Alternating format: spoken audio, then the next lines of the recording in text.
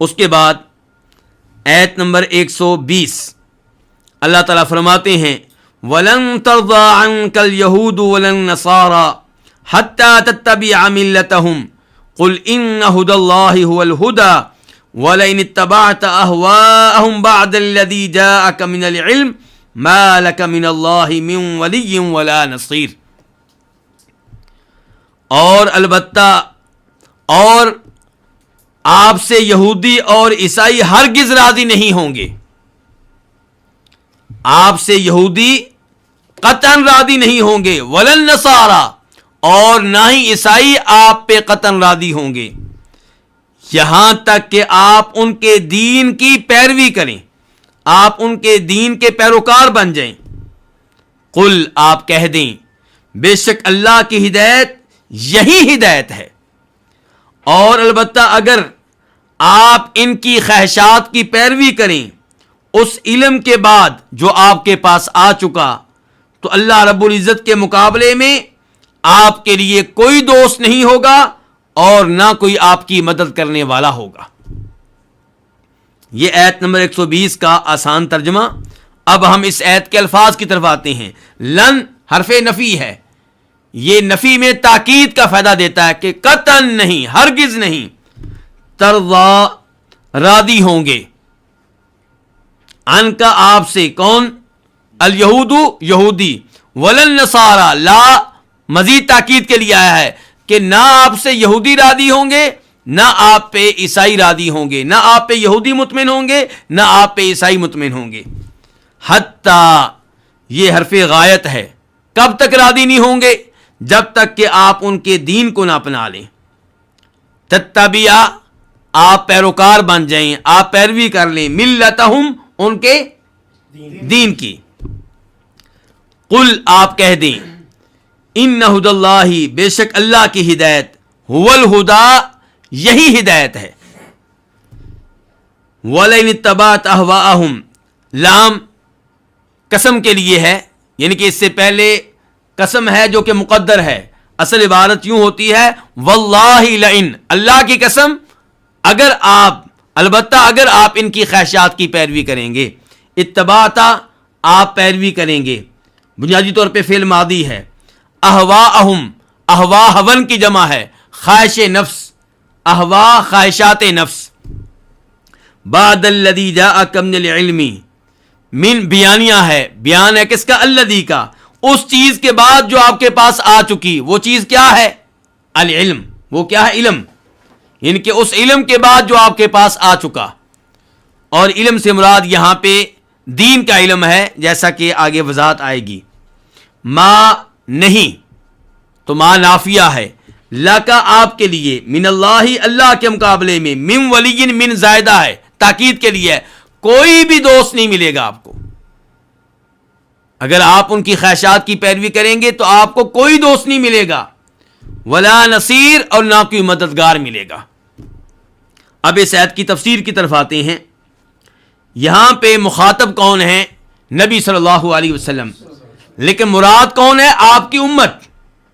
یہ وہی انداز ہے جو انداز اللہ رب العزت نے شرک والی آیت میں اختیار کیا ہے کہ لئن اشرکت لیحبطن عملک, کہ اے نبی صلی اللہ علیہ وسلم اگر آپ شرک کریں گے تو آپ کے نیک اعمال ضائع ہو جائیں گے. نبی علیہ الصلوۃ والسلام شرک کرنے والے نہیں ہیں, لیکن آپ کو مخاطب کر کے دوسروں کو وارننگ دی گئی ہے کہ جب ہمارا نبی شرک کرے تو کوئی لحاظ نہیں, اس کے نیک اعمال بھی ضائع ہو جائیں گے, تو تم لوگوں کی کیا حیثیت ہے؟ نبی علیہ الصلوۃ والسلام شرک کرنے والے نہیں ہیں, اور یہاں پہ بھی یہی معاملہ ہے کہ آپ اللہ کے دین پہ چلنے والے ہیں, آپ یہودیوں کے دین پہ چلنے والے نہیں ہیں, لیکن آپ کو مخاطب کر کے دوسروں کو پیغام دیا گیا ہے کہ یہودیوں کو راضی کرنا, عیسائیوں کو راضی کرنا, اسے آپ اپنا ہدف نہ بنائیں. کئی لوگوں کے ذہنوں میں یہ بات ہوتی ہے کہ ہم یہودیوں کا ایک مطالبہ مان لیں گے تو مطمئن ہو جائیں گے, دوسرا مطالبہ مان لیں گے تو مطمئن ہو جائیں گے, اس کے بعد مطالبہ نہیں کریں گے. اللہ تعالیٰ کہہ رہے ہیں ان کے مطالبے کبھی ختم نہیں ہوں گے. آج ان کا مطالبہ ہے کہ آپ لوگ اپنی یونیورسٹیوں میں, کالجوں میں لڑکوں اور لڑکیوں کو ایک ساتھ بیٹھنے کی اجازت دیں. کل ان کا مطالبہ ہوگا کہ وہ لڑکیاں اور لڑکے جو سرکاری ملازمت کر رہے ہیں آپ پردہ کرنے پہ پابندی عائد کر دیں, ان کو پردہ کرنے کی اجازت نہ دیں, تو ان کے مطالبات بڑھتے چلے جائیں گے. تو اللہ تعالیٰ فرما رہے ہیں وَلَن تَرْضَىٰ عَنْكَ الْيَهُودُ وَلَا النَّصَارَىٰ, قطعاً آپ پہ راضی نہیں ہوں گے یہودی اور نہ ہی عیسائی. کب تک راضی نہیں ہوں گے؟ جب تک کہ آپ ان کے دین کو نہ اپنا لیں.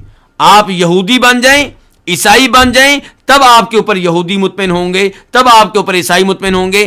جب تک آپ مسلمان ہیں, کلمہ پڑھتے ہیں, تب تک وہ آپ لوگوں سے دشمنی کرتے رہیں گے اور آپ کے دلی دوست نہیں بنیں گے.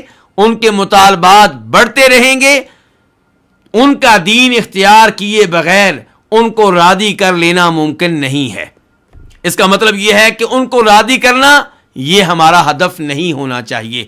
اللہ تعالیٰ فرماتے ہیں اسی سورہ بقرہ میں وَلَئِنْ أَتَيْتَ الَّذِينَ أُوتُوا الْكِتَابَ بِكُلِّ آيَةٍ مَا تَبِعُوا قِبْلَتَكَ, کہ اگر آپ یہودیوں اور عیسائیوں کے پاس ہر نشانی لے کر آئیں, جو جو نشانی مانگ رہے ہیں آپ ان کو دیں, تب بھی وہ آپ کی بات نہیں مانیں گے. جس قبلے کی طرف منہ کر کے آپ نماز پڑھتے ہیں اس قبلے کی طرف منہ کر کے نماز پڑھنا انہیں گوارا نہیں ہوگا. یہی کچھ اللہ تعالی نے یہاں پہ کہا ہے قُلْ إِنَّ هُدَى اللَّهِ هُوَ الْهُدَىٰ, آپ کہہ دیں کہ بے شک اللہ کی ہدایت یہی اصل ہدایت ہے. یعنی کہ یہودیت یہ ہدایت نہیں ہے, عیسائیت ہدایت نہیں ہے, بلکہ اللہ کی ہدایت. اور اللہ کی ہدایت کیا ہے؟ جو اللہ نے آسمانوں سے نازل کی ہے. وہ کیا ہے؟ قرآن. وہ کیا ہے؟ نبی علیہ الصلوۃ والسلام کی احادیث. اور یہاں سے یہ بھی پتا چلا کہ مکمل ہدایت اس کے پاس ہوگی جو قرآن پہ بھی عمل کرے اور جو نبی علیہ الصلوۃ والسلام کی احادیث پہ بھی عمل کرے. اگر کوئی آدمی قرآن پہ عمل کرنے کا دعویٰ کرتا ہے اور آپ کی احادیث کو شریعت نہیں مانتا, دین نہیں مانتا, وہ مکمل ہدایت نہیں پا سکتا بلکہ وہ گمراہی کی راہ پہ چلے گا. تو قل ان ہدی اللہ, بے شک اللہ کی ہدایت هو الہدیٰ, وہی ہدایت ہے, اور جو اس کے علاوہ ہے وہ پھر کیا ہے؟ وہ گمراہی ہے. تو ہدایت نام ہے قرآن کا, ہدایت نام ہے نبی علیہ الصلوۃ والسلام سے ثابت شدہ احادیث کا. وَلَئِنِ اتَّبَعْتَ, اور البتہ اگر, یہاں پہ پہلے قسم ہے بعد میں حرف شرط ہے, تو اس لیے مَا لَكَ مِنَ اللَّهِ مِن وَلِيٍّ وَلَا نَصِيرٍ, یہ جواب ہے کس کا؟ قسم کا, کیونکہ پہلے قسم آئی ہے. جب ایک ہی جگہ پہ قسم بھی آ جائے شرط بھی آ جائے تو جو جواب ہوتا ہے وہ اس کا جواب ہوتا ہے جو چیز پہلے آئی ہوتی ہے. یہاں پہ پہلے قسم آئی ہے تو مَا لَكَ مِنَ اللَّهِ مِن وَلِيٍّ وَلَا نَصِيرٍ, یہ جواب قسم ہے.